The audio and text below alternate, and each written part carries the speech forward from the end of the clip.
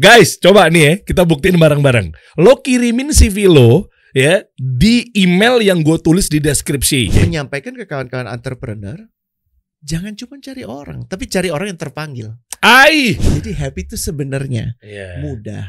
Karena mudah, jangan dijadikan tujuan bekerja. Coach kasih solusi.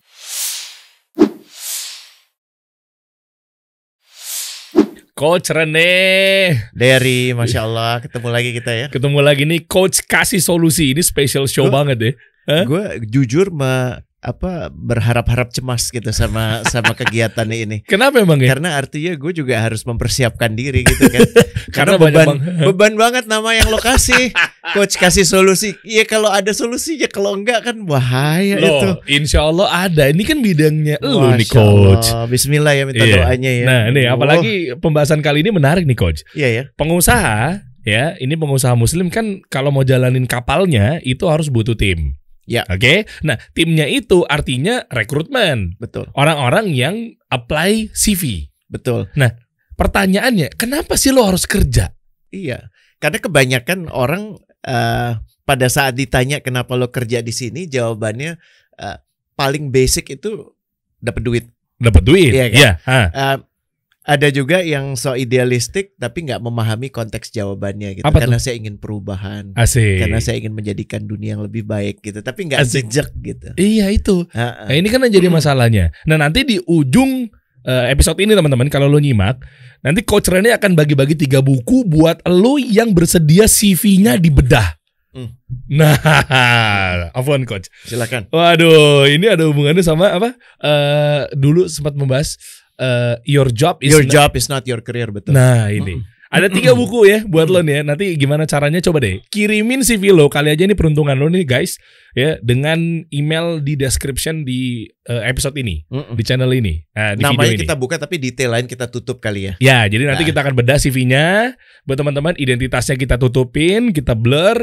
Nah nanti kita akan cek satu persatu. Karena miskonsepsi soal CV itu masih banyak Der. Bahwa CV itu bisa dapetin gue kerjaan. Itu gak tepat ya. Nah, emang iya kan? Iya, tujuan CV kan kerja Coach. Gak bisa, butuh tujuan antara. Tujuan antaranya adalah lu mengenal dan dikenal oleh organisasi. Dan artinya tujuan CV itu adalah untuk mendapatkan interview. Oh iya, untuk dapat kerja. Ya. Episode kemarin Coach kasih solusi itu kita udah bahas. Betul. Jadi hati-hati dalam lu membuat CV, bukan CV yang well design atau segala macam saja, tapi lebih mendalam dari itu, CV yang menggambarkan lu tuh siapa. Nah sebelum masuk ke CV yang menggambarkan lu tuh siapa ya, kita ngomongin dulu. Jangan-jangan lu nya nggak kenal sama diri lu sendiri. Masih belum paham kenapa lu bekerja. Ini. Sebelum bahas slide yang bagus banget ini guys, gue pengen ngomong ini. Coach, lu siap Coach nanti diserang sama orang-orang yang membuka jasa desain CV, buat CV semenarik lo, desain lo harus oke. Itu banyak banget. Kita menghormati ya ajakan itu ya, tapi sekali lagi gini, gue tujuan kita memahami sesuatu itu kan untuk supaya orang jadi lebih baik juga. Ya, oke. Gitu, dan ini idenya gitu.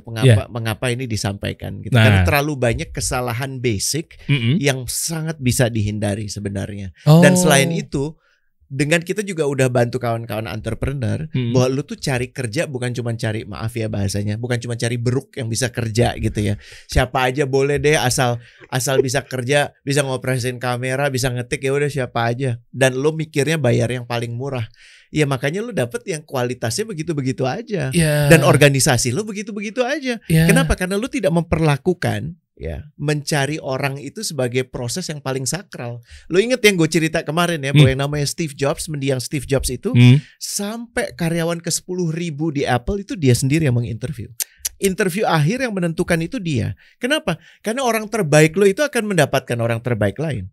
Tapi orang terburuk lo itu akan mendapatkan orang yang lebih buruk lagi. Paham ya? Paham. Jadi makanya kita baru beranjak ke proses memahami kenapa lo bekerja. Abis ini kita bicara soal CV. Abis itu baru kita bicara interview. Nah tujuannya apa? Supaya kita nggak cuma sekedar mempertemukan orang yang cari pekerjaan dengan orang yang butuh kerja. Nggak cuma itu, tapi orang yang mempunyai impian, mempunyai idealisme aspirasi yang dituangkan dalam bentuk organisasi, ketemu dengan orang yang teraspirasi dengan tujuan itu. Oke. Jadi yang ada di dalamnya itu bukan sekedar apa ya bahasanya? Bukan sekedar transaksi. Yang terjadi di dalamnya adalah gerakan, movementnya. Ya. Ini yang kita tunggu kan, produktivitas itu tergantung itu. Nah kalau lu cuma nyari buat CV, jujur aja deh, paling lu excited bulan pertama. Bener gak? Bulan kedua lu udah mulai kayaknya kurang ini, kurang itu. Mestinya gue dapat ini, mestinya gue dapat itu. Bos gue mestinya begini, bos gue mestinya begitu. Bulan ketiga lu udah gak bisa merasakan kebersyukuran apapun. Lu ada di situ cuma karena gak ada pekerjaan lain aja. Dan itu kan menyedihkan. Dan lu berpikir organisasinya, oh kita harus termotivasi, anak buah kita harus dimotivasi. Gak ada motivator itu. Gak ada. Jadi beban berat organisasi ini bagian dari bahasanya mungkin jariah ilmu kita ya. Menyampaikan ke kawan-kawan entrepreneur, jangan cuma cari orang, tapi cari orang yang terpanggil. Gitu. Dan ini mekanismenya. Nah, tapi ada statement gini coach, di kubu yang memang kontradiktif. Apa itu? Buat apa lo kerja sama orang, ternyata orang itu cuma menggerus mimpi lo. Itu muncul lagi belakangan ini kenceng banget. Jadi seakan-akan ya lu ngapain kerja, ya lu saatnya lu yang punya perusahaan. Enggak salah. Enggak salah. Tapi kan gini, kalau kita bicara mimpi gitu ya, itu gue menerjemahkannya bukan sebagai kepengenan belaka. Paham bedanya ya? Kepengenan belaka tuh gini, Derry hari ini pengen es krim coklat, besok Derry pengen es krim matcha, lagi naik daun tuh Der. Ya kan? Terus lusa nggak pengen ice cream, pengennya pizza. Nggak ada penjelasannya. Itu bukan aspirasi, itu kepengenan. Karena kebetulan lo dipicu nonton YouTube tertentu, jadi lo pengen ya es krim itu. Bener nggak? Lo suka nggak? Iya suka. Kan? FOMO. Dan ini sekarang bising banget, banyak banget. Jadi jangan-jangan saat lo ngomong mimpi, sebenarnya bukan mimpi yang lo omongin, bukan aspirasi, tapi pengen. Dan pengen ini menurut gue, maaf ya, dalam konteks diskusi kita nggak berguna. Karena nggak ada tujuannya. Itu cuma sesaat aja, hawa, tau nggak? Kadang-kadang nongol terus hilang. Bener nggak? Dan pada saat nongol kemudian lu berkoar-koar, inilah mimpi gue. Bukan, itu hawa lo. Paham bedanya ya? Maaf ya, bukan gue berusaha menghancurkan mimpi lo ya. Tapi jangan-jangan itu hawa gara-gara lo ngeliat Nadiem jadi menteri, sebelumnya jadi startup founder, yang jadi unicorn, terus lo punya mimpi. Mimpi tanda petik, hawa itu tadi yang numpang lewat itu ya. Jadi startup unicorn, startup founder unicorn. Gini deh, lo jangankan ngomong unicorn, ngomong startup aja belum puguh, ya. Lo cuman terkesima sama founder yang jadi kayak Nadiem. Padahal di antara sekian banyak founder yang jadi kayak Nadiem berapa orang sih?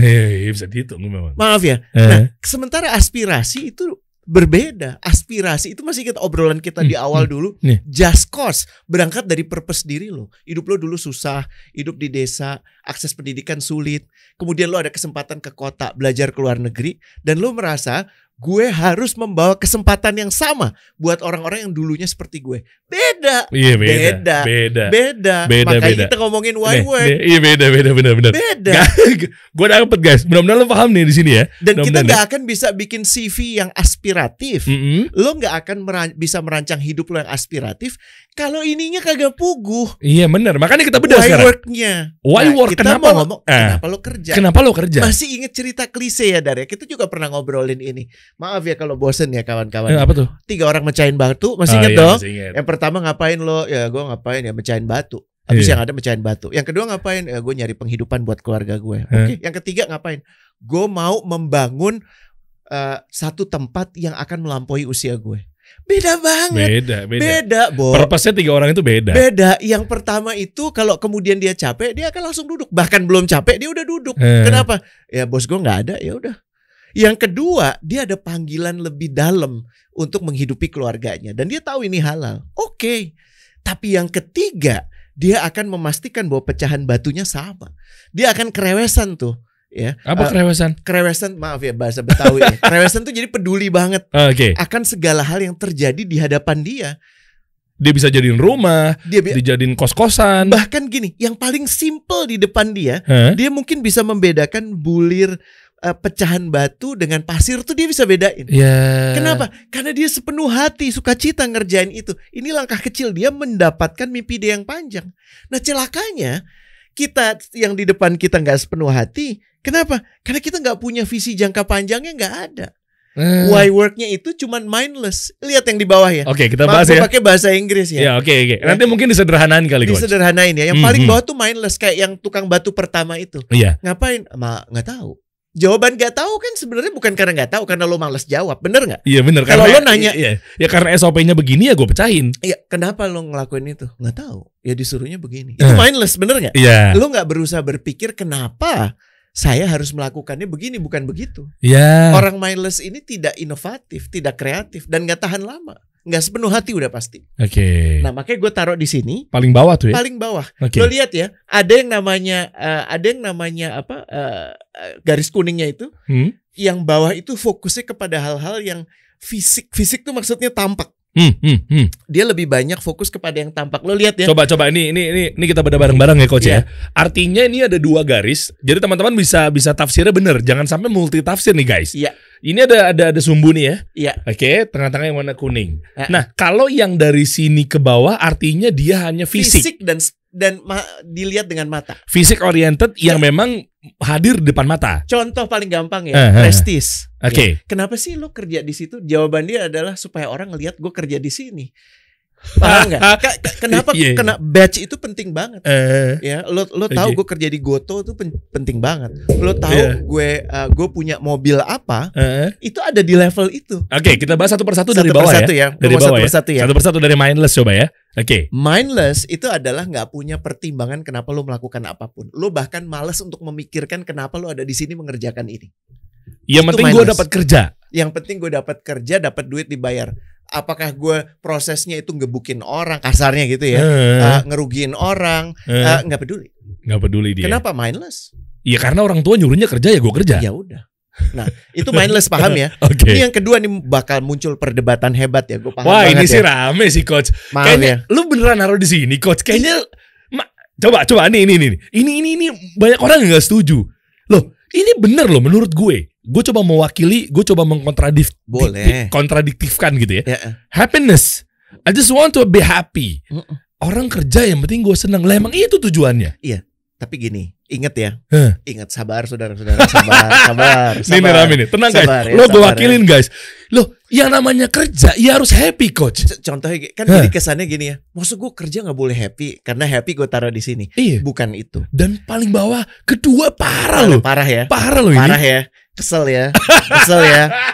Kasih gue waktu menjelaskan. Tarik nafas dulu boleh ya. Tarik nafas dulu dari tarik nafas dulu. Oke. Satu. Ya ini menarik nih. Jawaban pertama. Emosi itu keadaan bukan ketetapan.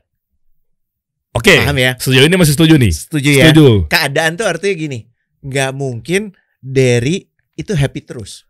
Kalau Derry happy terus artinya maaf Derry belum waras atau nggak waras. Ya, oke. Paham ya?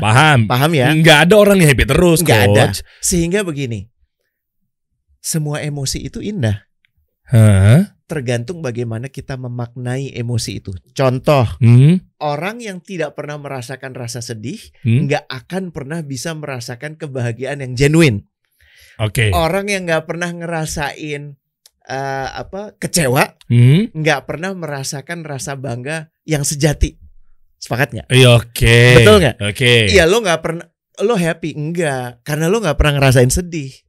Paham ya? Makanya korelasi itu. Makanya semuanya indah. Allah itu menciptakan emosi, tujuannya untuk ditunggangi, bukan kita yang ditunggangi oleh emosi kita. Iya, oke. Orang yang kemudian maunya happy, nih gue mulai masuk menjawab ya. Artinya dia menafikan atau meniadakan emosi-emosi yang lain dan mengedepankan satu emosi yang menurut lo paling penting, yaitu happy, which is not true. Gak tepat. Menurut lo kalau penting, gue muslim, lo muslim. Kalau menurut lo happy itu penting, berapa kali Allah itu ngomong happy di dalam Quran? Berapa kali? Lo mau dalil sih Coach. Dan ini gue dari guru gue ya. Gue juga ngecek. Gue bukan ulama. Memang di Al-Baqarah juga jelas pasti Allah akan uji dengan makanan gitu-gitu. Udah pasti Allah uji. Betul. Memang bahagia itu Sana'a kalau nggak salah ya. Dan disebutnya itu cuma 2 kali di dalam Quran. Dan dua-duanya itu dikaitkan dengan keadaan kita di akhirat kelak. Paham ya? Jadi kalau ini penting, menurut lo harusnya sering dibahas nggak? Ya harusnya. Enggak ya? Ya enggak. Yang ada ya hati yang tenang. Iya, bunyinya framingnya tuh tenang, bahagia, tapi suka bukan gitu happy. ya. Happy itu sesuatu yang berbeda. Ya, kalau orang tenang itu belum tentu happy, happy belum tentu tenang. Tapi orang tenang lebih mudah happy, betul. Iya. Paham ya? Jadi nomor 1, kenapa gue menempatkan happy di sini? Karena ilustrasinya tuh begini. Bayangkan Der, kalau lo biasanya setelah sholat subuh lo harus kerja gitu ya. Setiap hari ini. Lo harus bangun jam 6. Jadi habis subuh lo gak tidur lagi gitu ya. Terus kerja. Hari itu hari libur. Habis itu lo bisa tidur sampai jam 9. Happy gak? Happy. Jadi happy itu sebenarnya mudah. Karena mudah, jangan dijadikan tujuan bekerja. Oke. Paham ya? Makanya gue tempatkan di yang paling bawah. Kenapa? Pada saat lo mengedepankan happy, artinya, ini maaf ya Der ya, gue melengkapi lagi ya. Pada saat lo ada di satu klasifikasi, lo nggak bisa ada di klasifikasi lain. Oh, karena gue ulangi ya, karena dia merasa di zona nyaman itu. Ya. Jadi, kalau fokus lo itu ada di acknowledgement. Oke, ini fokus kita ngomongnya ya. Fokus ya. Kalau fokus lo itu ada di acknowledgement, nggak bisa lo ada di money. Nggak bisa. Orang yang fokusnya duit sama orang yang fokusnya acknowledgement nggak nyambung. Orang yang fokusnya, tunggu dulu ya, yang fokusnya acknowledgement atau prestige, mungkin dia akan ngomong gini, gila gue happy banget nih punya tas ini. Di Indonesia cuma ada 30. Terus orang yang fokusnya duit, lu belinya pakai apa? Ngutang sih. Ya, gue punya duit, gue nggak punya apa-apa, nggak penting itu. Paham ya? Jadi pada saat lu ada di satu level, lu nggak bisa ada di level yang lain. Iya benar, karena memang kita lagi fokus di situ dan zonanya zona itu. Betul. Sehingga lo perhatikan ya, pemikiran I just want to be happy itu menurut gue butuh diwaspadai. Jangan-jangan sejatinya lo membutuhkan apa ya bahasanya ya? Lo membutuhkan intervensi selain pekerjaan. Tapi lo membutuhkan intervensi yang sifatnya lebih personal. Oke, gue tafsir nih Coach. Silakan. Gue udah mulai masuk nih, oke? Dengan statement I just wanna be happy, intinya kalau lu fokus di happiness aja, ketika ada sesuatu yang memang ternyata penting, atau misalnya bos lo misalnya ada melakukan sesuatu apapun itu ternyata itu nggak nyantol di kehappyan lo, lo akan resistensi. Itu lo akan merasa gini, kok pekerjaan gue gini ya? Kenapa gue nggak happy? Makanya emosi itu banyak dan gak mungkin lu merasakan cuman happy aja. Ya itu maksud gue. Gak mungkin. Paham ya? Happy itu cuman bagian dari satu konteks emosi supaya lu bisa memaknai lingkungan lo. Tapi kalau lo lihat ada ketidakadilan lo happy, ya, lo lihat ada kesalahan lo happy, lo nggak tepat. Oke. Nih, gue coba lompat dulu bentar. Silakan. Ke excellent impact and truth gitu ya. Kan katanya nggak boleh fokus sama satu titik. Gue nggak ngomong nggak boleh fokus sama satu titik. Okay. Pada saat lo memilih satu titik, lo nggak bisa fokus sama yang lain. Jadi ini bukan celakanya lo nggak bisa memilih gue ada di prestige dan impact Coach. Nggak bisa. Iya itu dia. Oke, misalnya kita ke excellence. Iya. Apa itu kan level excellence itu udah minimum requirement lah ya. Yes. Kita Muslim tuh minimum harus di situ. Di situ. Oke, minimum harus itu. Oke, sepakat. Ketika kita ada di sana, artinya kalau yang dari minimum requirement ke atas itu berarti sudah bisa menyembuhkan yang ke bawah. Menyembuhkan maksudnya gimana? Maksudnya di situ di excellence berarti lo udah pasti bisa happy, lo lebih tidak mudah. mindless. Yes, pasti. Otomatis. Itu udah lo taruh di belakang lo. Oh gitu. Gini, nggak mungkin ujuk-ujuk orang itu ada langsung di atas tuh nggak ada. Tapi ini progresi, proses perjalanan hidup dia menguliti diri sendiri. Masih ingat yang kita waktu itu sempat obrolin. Saat lo ngomong saya, kita tuh diajarin gak boleh melihat saya tuh satu dimensi. Saya itu ada saya yang mana? Ada saya yang demen makannya, itu syahwatnya. Saya yang mana? Marah-marah, itu hodopnya. Saya yang mana? Saya yang bisa 1 tambah 1 sama dengan 2. Analisa saya menurut saya ini adalah ABCDE. Itu akal yang bicara. Saya yang mana yang lo menangkan hari ini? Saya yang yang kolbu kah? Dan itu yang sebaik-baiknya saya. Saya yang tersambung dengan saya yang kemudian esensi, yaitu keesaan Allah. Lo bagaimana bisa merasakan keberadaan Allah yang maha tidak terbatas, tapi tidak tampak? Al-Latif, nggak tampak kan? Caranya adalah dengan melihat yang tidak tampak. Belajar memaknai bahwa yang tampak itu ditentukan oleh yang nggak tampak. Gue kok jadi setuju ya. Goks ya. Goks. Dan ini penting untuk dipahami teman-teman. Yeah. Akui saja dulu lo ada di level apa. Ini bukan untuk menakar orang lain. Ingat ya, bukan untuk menilai orang lain. Haha, lo masih ada di level happiness. Enggak. Ini bukan itu. Ini untuk melihat, merefleksikan diri lo sendiri. Keseharian gue nih jangan-jangan fokus gue hanya untuk mendapatkan pengakuan, acceptance. Itu. Coba kita naik pelan-pelan. Iya, acceptance tuh bahasanya gini, supaya bapak gue seneng deh, supaya ibu gue seneng nerima gue. Ntar gue ditanya gue kerjanya apa, gue nggak bisa jawab. Iya. Ya udah gue kerja kantoran aja, kenapa kelihatan kerja? Lah, jadi tunggu, lo bekerja itu untuk berkarya atau untuk dilihat kerja? Ini dua hal yang berbeda loh. Iya. Paham nggak? Paham. Iya kan? Nah, orang yang acceptance fokusnya itu adalah terima gue. Wah, itu parah sih. Di atasnya acceptance naik dikit, itu namanya acknowledgement. Lu nggak cuma terima gue, lu akui gue dong, men. Akui gue. Gue kan udah lulus perguruan tinggi. Gue tuh udah S2. Akui gue dong. Ya harusnya gue dapat promosi yang lebih dong. Mestinya gue dibayar 8 juta. Masih inget kan yang waktu itu yang Dian Sastro itu dulu pembahasan heboh itu? Ya kan? Kenapa? Karena saya lulusan UI. Tunggu. Logikanya di mana? Maaf, gue lulusan UI jadi gue berhak ngomong gini ya. Karena saya lulusan UI, teman saya dibayar 8 juta, maka saya harus dibayar 8 juta. Itu secara akliyah tuh gak bisa diterima. Karena kausalitasnya gak ada hubungannya. Apakah ada tulisan bahwa semua lulusan UI dibayar minimum 8 juta merupakan sebuah peraturan? Gak ada. Jadi itu sebenarnya acknowledgement semu. Lu cuma butuh acknowledgement aja. Kenapa? Abis temen gue dibayar 8 juta. Terus pertanyaan gue, kenapa lu minta cuma 8 juta? Kenapa gak minta 100 juta? Oh bisa ya? Bisa. Tapi pertanyaan gue ke lo minta dibayar 100 juta. Kasih gue 1 miliar. Keberadaan lo nilainya 100 miliar, gue bayar lo 100 juta.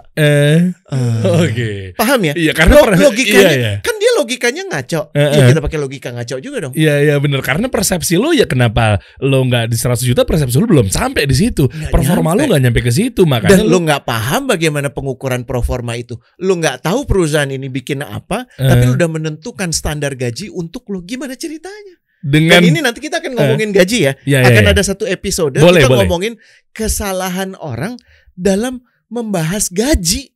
Itu banyak banget, bro. Dan kita bahas juga berapa gaji yang pantas untuk sekarang diri lo yang ada di titik ini gitu. Yang lebih penting bukan itu pertanyaannya. Pertanyaannya bagaimana memantaskan diri lo untuk mendapatkan gaji yang lo mau. Iya kan? Jadi lo ngomong bayar gue 8 juta. Kenapa?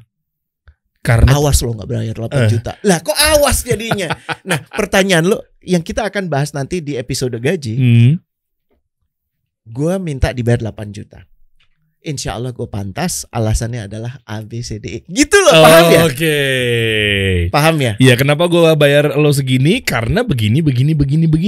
Bukan karena lo. Saya dengar teman saya di sini gajinya 8 juta juga. Akal gak nyambung, bro. Kalau yang kedua akal gak nyambung. Kita akan bahas itu ya nanti. Nanti. Ini menarik nih. Satu-satu kita stepnya satu persatu ya. Prestis itu lebih tinggi lagi. Ini penjelasan kenapa ada ada tas seharga Avanza lah gitu ya, dan laku, dan sekarang ada aplikasi peminjamannya. Iya. Lo boleh minjem itu. Oh serius? Lo minjem untuk sejam 2 jam acara lo 1 malam itu. Kenapa penting untuk bawa itu? Supaya orang-orang akan melihat kelas gue adalah kelas tas ini. Serius? Yes. Oh, ada aplikasinya. Ada. Lo ngerti nggak salah satu bisnis yang paling moncer ya di Rusia itu adalah penyewaan pesawat pribadi nggak terbang. Gila sih. Pesawatnya nggak terbang. Buat foto doang? Foto doang. Pengakuan? Bukan pengakuan. No. Prestis. Gue udah kelas ini. Dari naik apa? Oh naik first class. Sorry. gue seluruh kapal itu buat gue, Del. Paham bedanya ya? Makanya sekarang lagi rame flexing. Kenapa? Itu cuman ini, prestis, menunjukkan itu. Dan lebih parah lagi, itu bukan duit dia. Itu bukan kesuksesan dia. Dia memunculkan lambang kesuksesan, membuat orang tergiur, akhirnya mau bayar duit kan. Nah di situ. Ini sebenarnya rame ya. Gue mau lompat dikit nih coach ya. Ini kayaknya boleh satu episode kita bahas mengenai yang terlihat kaya, pamer kekayaan, flexing dengan adanya ikut satu platform trading, digoreng mungkin sama beberapa, gue nggak bilang semua ya. Ada satu mungkin oknum venture capital digoreng, satu figur dinaikin, dia kaya raya, akhirnya orang-orang jadi ikut-ikutan taunya.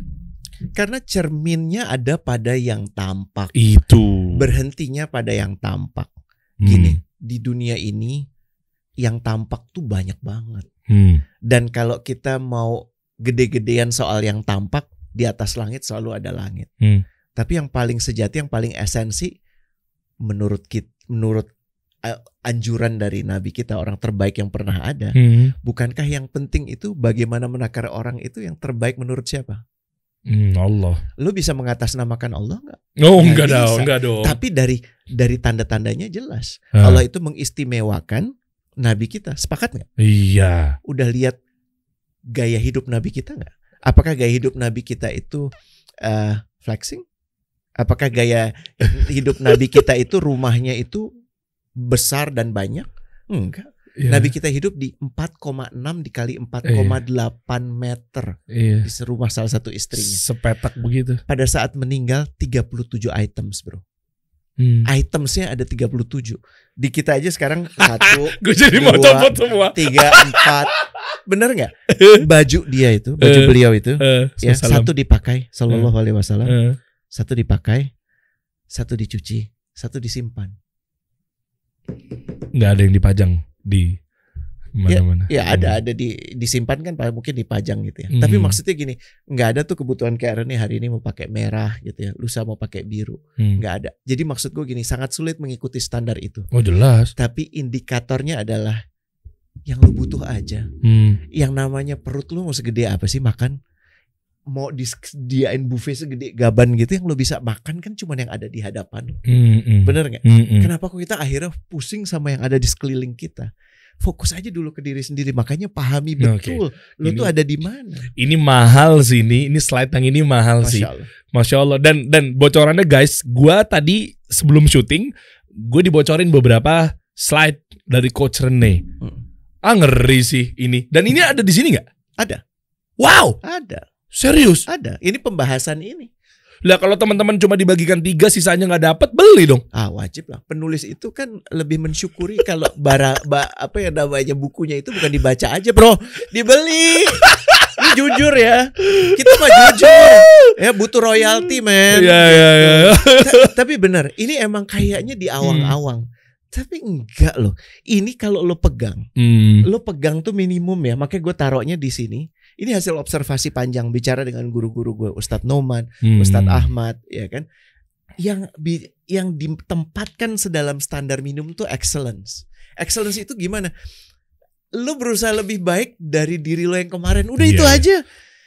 Oke. Udah itu aja. Bentar coach, mundur dikit coach. Sebelum bahas excellence. No, prestige. Seperti biasa, saya cuma mewakili netizen-netizen yang memang mungkin sampai menit kesekian Anda masih stay gara-gara Anda mau mencari kesalahan coach. Boleh. Banyak salahnya, Masya Allah. Enggak. Maksudnya dalam artian kontradiktif. Prestis, tapi kan ada juga coach, satu orang yang mungkin dia butuh itu untuk setidaknya gak malu-maluin menjawab pertanyaan dari temen bokapnya ketika ketemu di kondangan. Dari kerja di mana sekarang? Ngomong ke bokap misalnya. Di mana sekarang? Oh iya om, ya di Tokopedia sih. Di Gojek. Nah, artinya kan juga dibutuhkan untuk mungkin relasi. Coba bisa menafikan ini nggak? Mungkin dia relasi, siapa tahu dibutuhkan. Terkadang prestis, jangan-jangan yang dihadapin adalah teman bokapnya, dia salah satu komisaris di perusahaan besar, yang nantinya ujung-ujungnya kan siapa tahu akan memudahkan dia untuk dipanggil minimal ke kantornya. Networking coach, hey. tadi kata kuncinya siapa tahu itu ya kan? Kena gue. Kata kuncinya lagi. Oke, ralat-ralat yang lain boleh nggak ya? Iya kan. Tapi semuanya sama sih kurang lebih. Saat kita masih memusingkan diri kita untuk fokus kepada kesel nih ya, maaf ya, ridho manusia. Oh ya. Ridho makhluk. Mengharapkan artinya, atau bergantung pada makhluk gitu ya. Artinya kita sebenarnya, maaf ya, sedikit banyak membiarkan debu-debu di ketakwaan kita.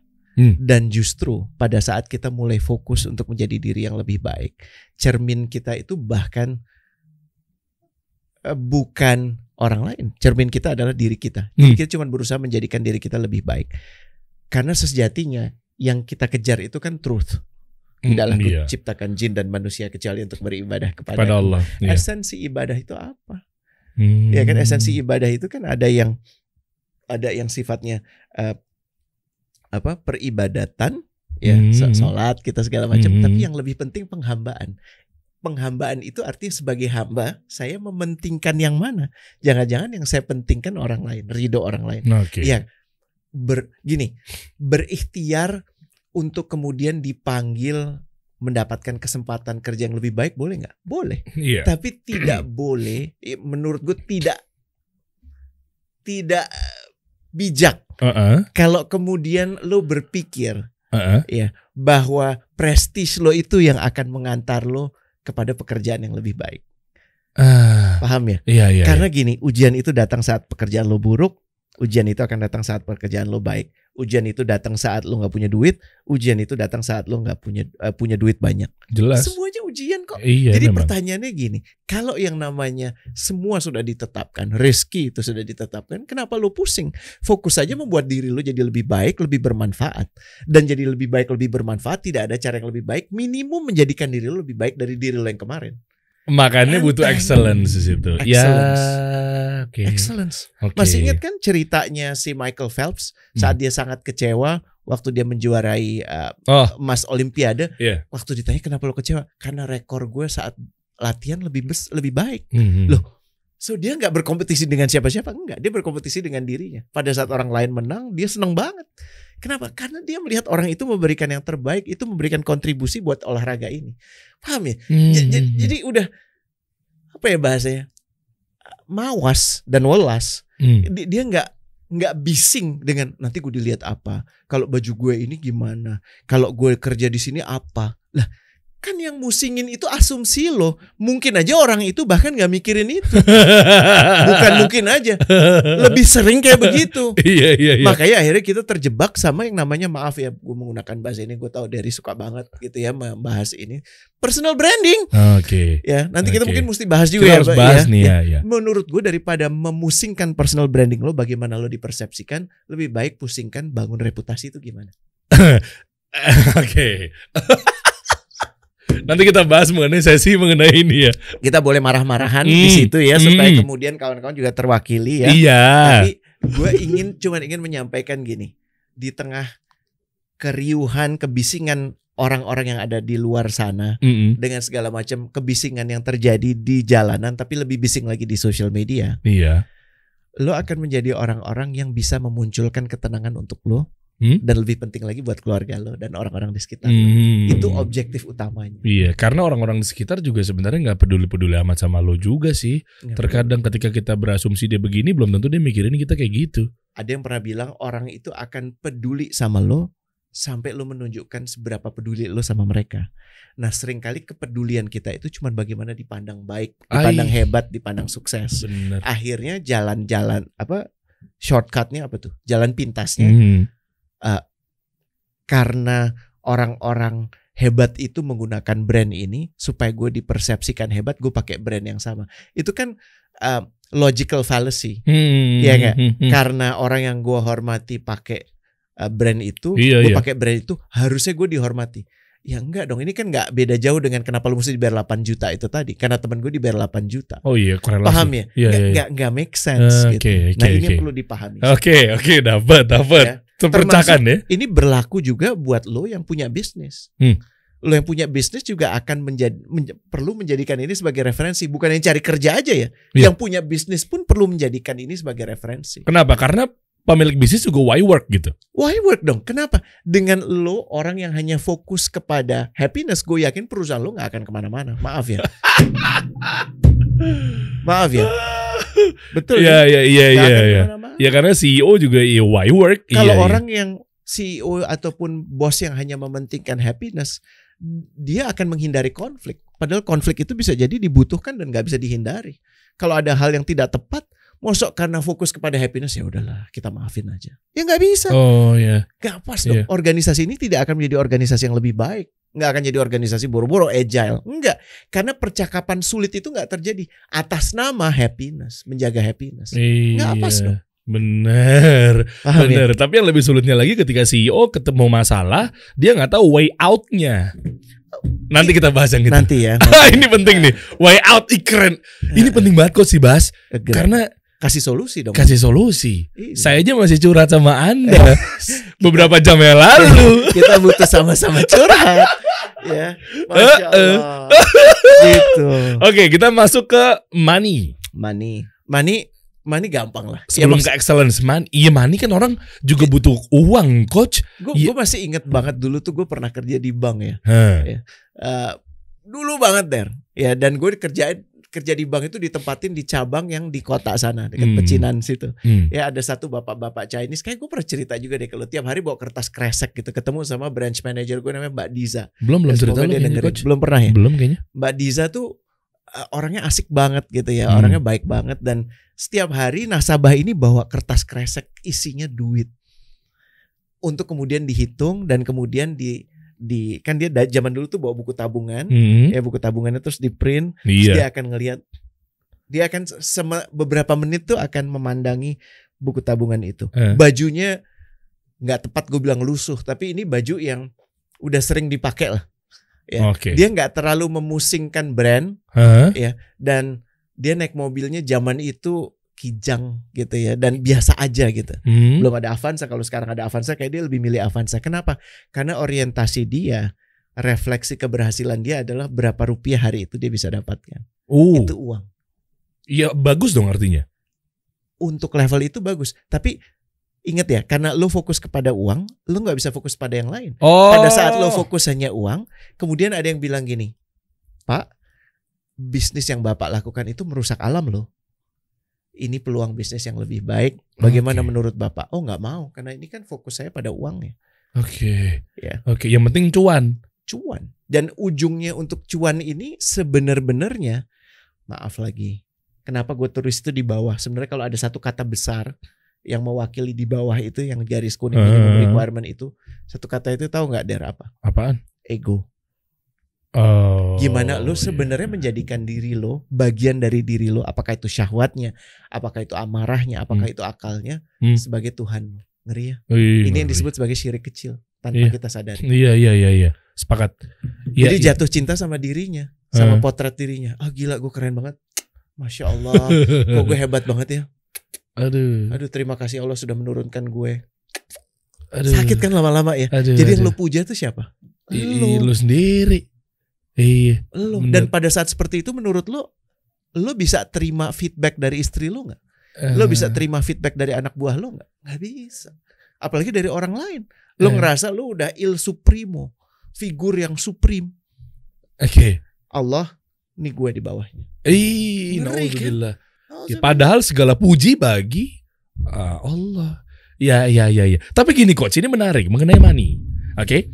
Kalau memang ternyata coach taruh money justru malah di bawah, di warna merah, di bawah minimum requirement, bla bla bla itu namanya.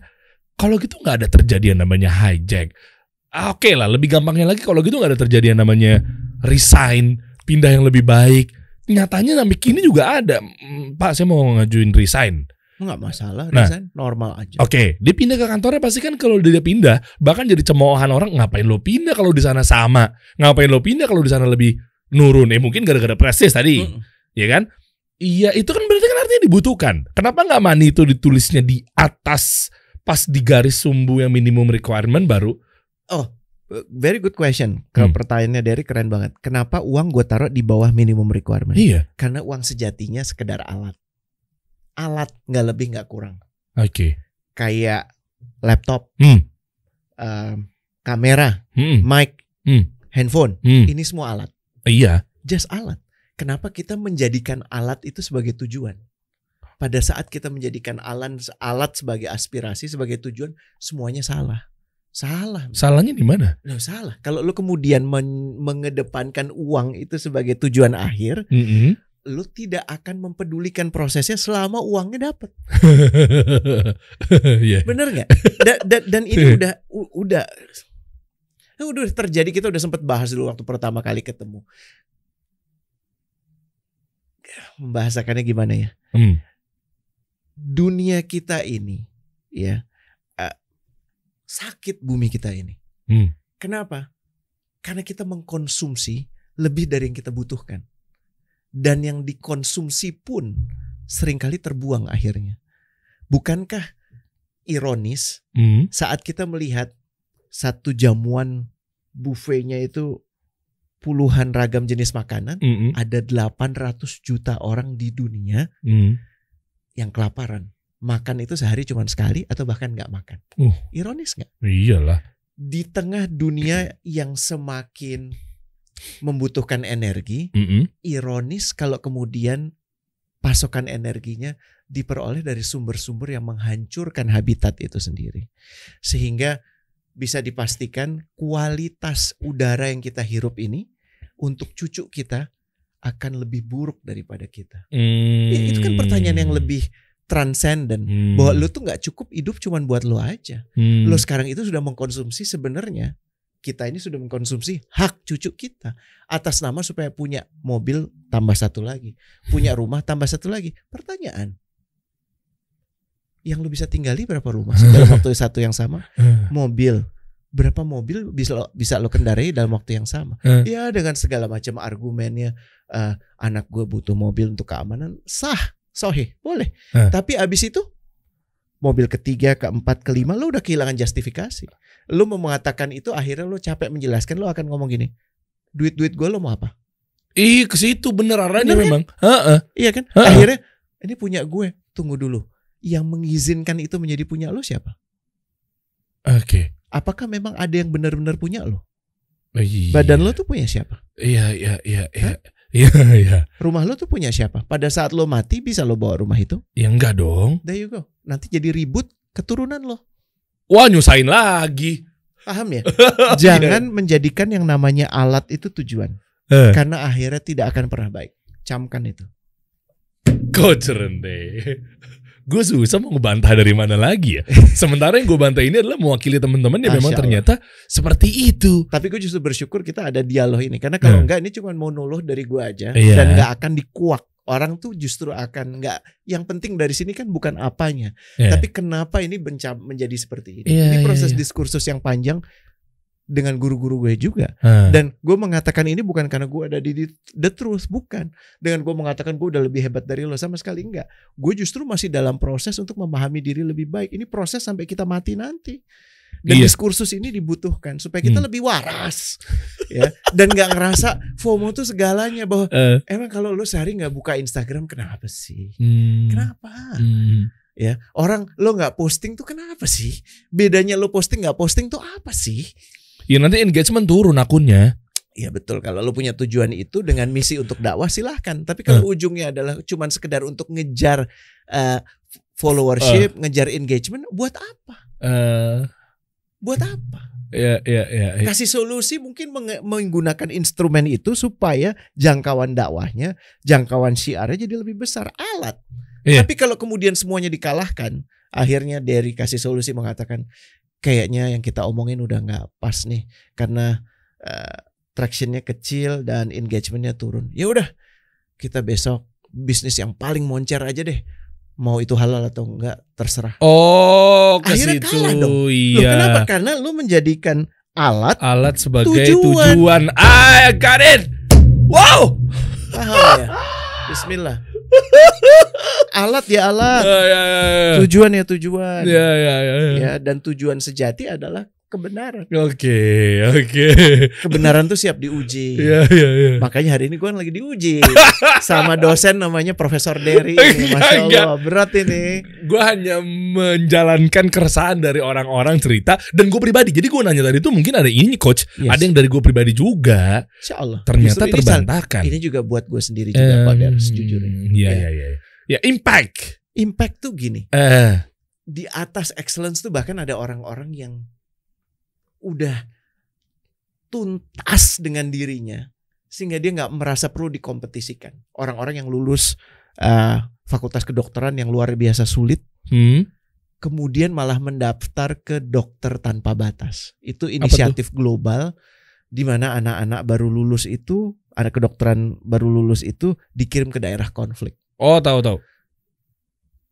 Duitnya seadanya, mereka nggak digaji, mereka cuma diganti ongkos saja. Makan dibayarin, peralatan medis dibayarin, tapi nggak digaji. Kenapa ya orang-orang itu pergi ke situ? Risikonya apa? Nyawa, Der. Iya. Menolong orang-orang di saat tidak ada dokter di situ. Dia menghadirkan diri dia di situ. Kenapa orang-orang ini mau melakukan itu ya, Der? Karena kebutuhan dia akan impact. Dia ingin kehadiran dia itu make sense. Ada bedanya. Sekecil apapun itu. Oke. Dorongannya udah bukan uang lagi, udah bukan menjadikan diri lebih baik lagi, melampaui itu. Keberadaan gue itu harus dirasakan secara positif oleh lingkungan gue. Oke. Masya Allah kalau ada yang begitu tuh. Banyak, Der. Banyak. Indonesia punya guru-guru perbatasan. Punya Pak Anies pernah meluncurkan namanya Indonesia Mengajar. Ini unik loh konsepnya. Ya kawan-kawan coba perhatikan.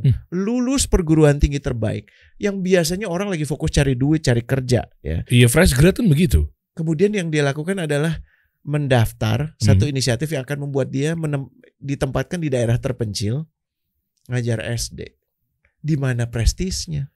Sekarang sudah menjadi prestis, betul, malah bisa jadi jangan-jangan ada orang masuk Indonesia Mengajar supaya prestisnya kelihatan sebagai orang baik, itu juga udah salah gitu ya. Itu ada tapi juga loh kayak gitu. Ada, tapi di awal-awal dulu benar-benar seperti itu. Ya, makanya pertanyaan yang paling penting untuk kita dalam melakukan sesuatu, untuk kita dalam menyusun CV itu nanti, secara jujur lakukan dialog ini dengan diri sendiri. Kenapa ya? Gue mau ngirim CV ini ke perusahaan itu. Penting lo tanya. Jangan-jangan lu bahkan nggak tahu itu perusahaan apa, lu cuma tahu perusahaan itu lagi nyari kerja. Itu celaka. Oh, parah sih. Celaka. Iya. Kenapa ya? Yang kayak main apa ya? Kayak duk kena masa bodoh gitu. Nggak tahu ntar kena. Nggak bisa gitu. Bahkan tempatnya belum diganti, perusahaan belum diganti. Itu gue dapat banget kayak gitu tuh, parah coach. Kepada yang terhormat, parah. Kepada yang terhormat, kadang nama guanya salah. Atau kepada yang terhormat bapak ini, atau misalnya ujung-ujungnya kepada PT harusnya kasih solusi, ini jadi PT Gojek Indonesia lah apalah misalnya. Parah loh ini loh. Lo bisa bayangkan, bukan typo lagi. Untuk proses mendapatkan pekerjaan buat mereka aja, mereka tidak sepenuh hati. Mereka gak mindful. Kenapa lo harus meluangkan waktu untuk mereka? Kan pertanyaannya jadinya gitu. Betul kan? Wajar kan? Iya. Nah, kesalahan dimaafin dong, yang namanya juga salah. Iya, tapi kesalahan seperti apa? Kalau kesalahan seperti ini emang menunjukkan bahwa emang lo gak ada intensi untuk sepenuh hati. Dan lo masih sangat clueless tentang diri lo sendiri. Clueless, bagus. Iya. Clueless.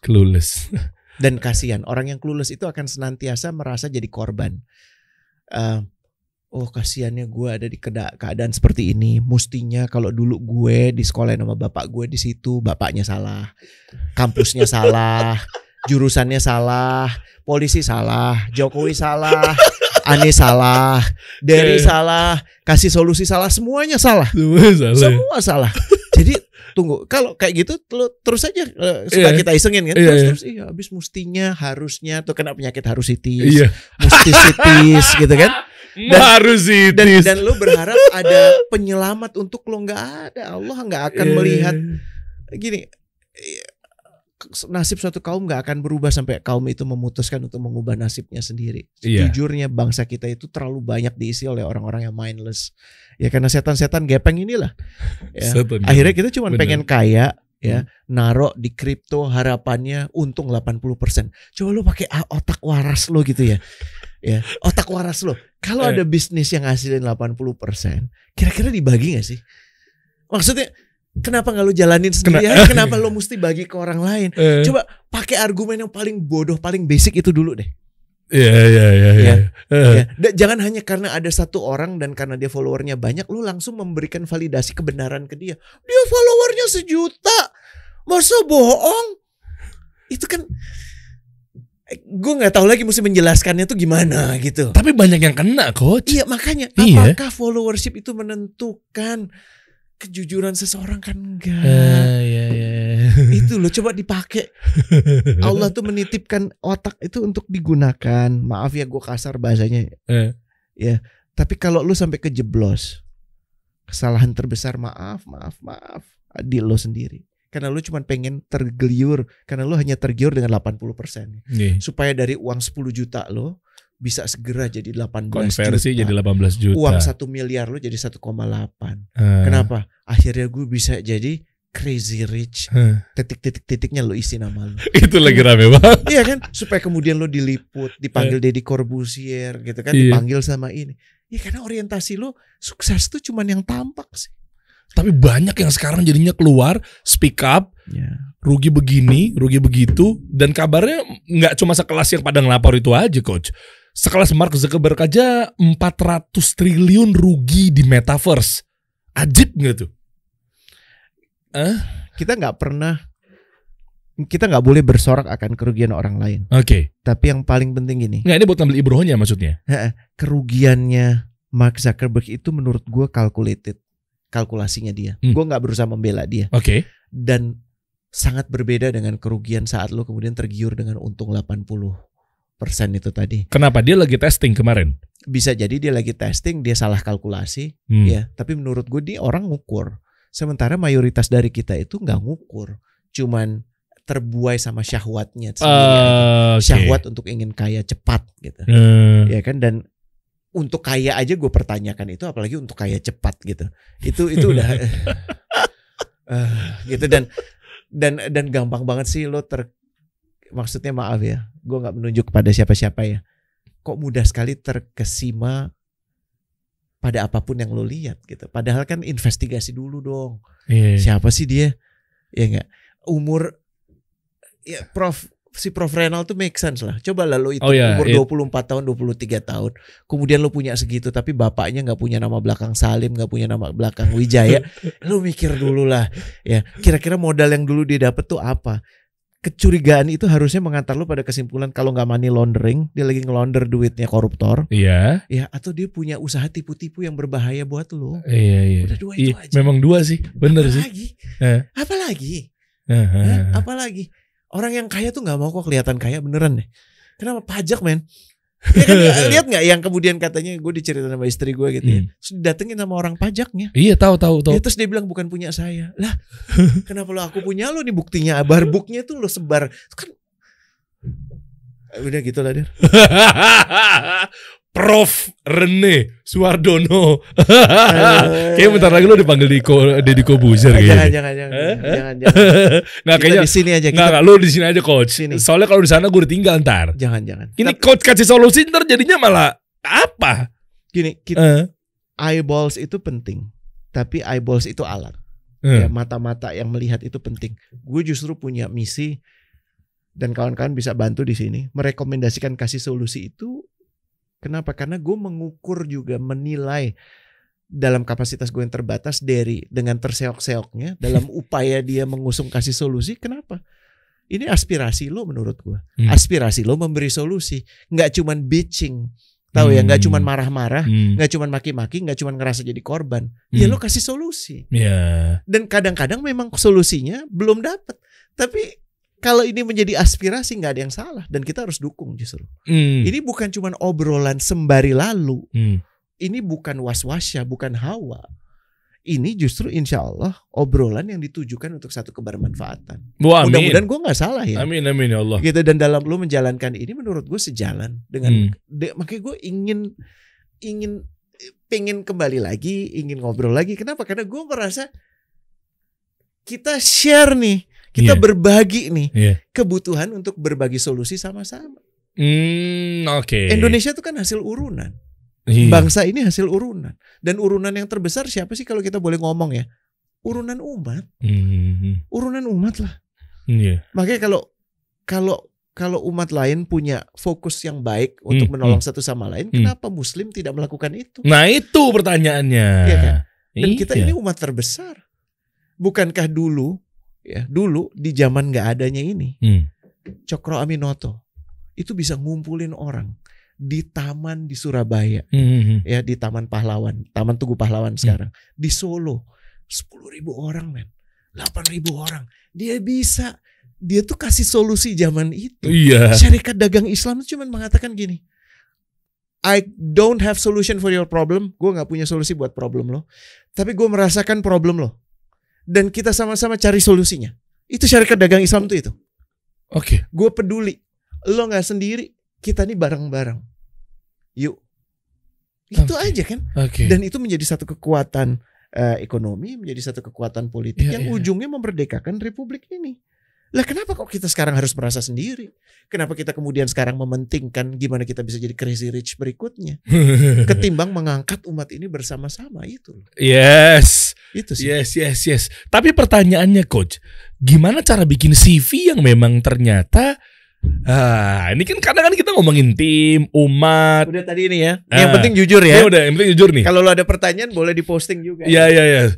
Oke ya, ini menarik nih, slide nih mahal. Kalau pengen tahu lebih lanjut mungkin ada di sini. Sekarang lo nanya soal CV ya. Iya, gue nanya soal CV. Gini Coach, CV itu kan ada yang bilang bahwa memang, bukan ada yang bilang, sekarang juga banyak banget yang ada di lemari gue itu isinya tuh yang menarik desainnya apa segala macam, sampai-sampai keluar juga jasa desain bikin CV. Ada juga secara konten kreator yang bilang bahwa kayak CV itu harus menarik desainnya karena ntarnya pusing tuh, ganggu di mata. Ini argumen pertama ngeselin banget sih. Apa tuh?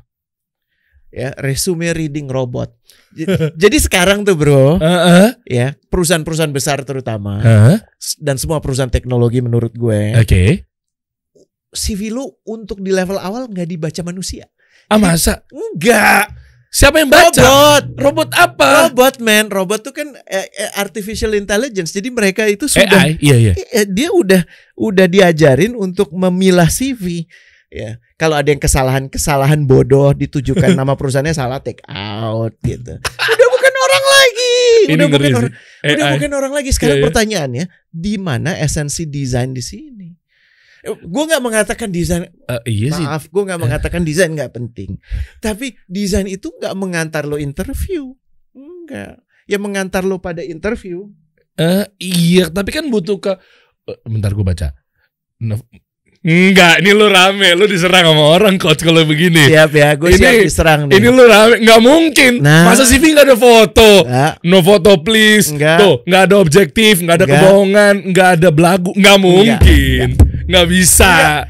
Ini gue nggak setuju. Gimana? Lu wah lu parah. Ini nggak mungkin. Masa CV orang nggak ada fotonya? Iya. Jadi nggak mungkin yang ada nggak foto. Mungkin, ini nggak mungkin. Nah terus kita mau tahu karakteristiknya dari mana? Kita mau tahu enggak. Ini mutlak. Kalau dia penipu, dia ternyata penipu pakai foto kan juga bisa. Kena gue. Malah lebih jago men. Ya kan, tampil 3/4-nya. Enggak gini. Tampil depannya. First impression Coach. Orang nggak tahu nilai. Yes. Gimana? Mau dijawab sekarang? Gue jawab ya. Oke, kita tahan dulu ya. Kita bedah. Gini guys. Sebentar. Ini lu boleh menyerang, boleh lu punya asumsi. Kalau gue sih ngeliat dari kacamata sekarang sih, bikin CV ternyata udah nggak butuh foto, nggak butuh objektif. Nggak. Iya. Oke, bluffing. Lah terus perusahaan ngeliatnya dari mana? Kalau ini orang bagus. Oke, gini. Guys, coba nih ya, kita buktiin bareng-bareng. Lo kirimin CV lo ya di email yang gue tulis di deskripsi. Oke? Lo kirimin, nanti yang paling menarik lo akan dapat hadiah 3 buku Coach Rene, 1, dan kedua nanti siap dibahas. Tenang, identitas kita tahan, kita umpetin, kita blur. Nanti kita bedah bareng-bareng. Kita akan masuk di episode berikutnya, bedah CV. Ada 2 di sini objektifnya. Yang pertama, lo jadi tahu bagaimana cara bikin CV yang benar, dan yang kedua, nantinya lo bisa jadi dipromosikan untuk perusahaan-perusahaan besar yang melihat, dan nanti coach akan menilai bahwa nih orang cakep dan pantas untuk dia ada perusahaan. 2 arah kalau boleh, Der. Kita juga ajak kawan-kawan entrepreneur yang mau mencari orang, ataupun kawan-kawan yang ada di startup, yang ada di korporasi yang juga menyimak ini, supaya lo bisa lebih memahami metrik mencari orang yang lebih efektif itu seperti apa. Jadi 2 arah ya. Individu boleh bertanya soal CV, korporasi juga kita welcome kalau mau ngobrolin soal ini. Apalagi kalau lo punya cara-cara yang menurut lo sudah berlangsung baik gitu, bisa di-share juga.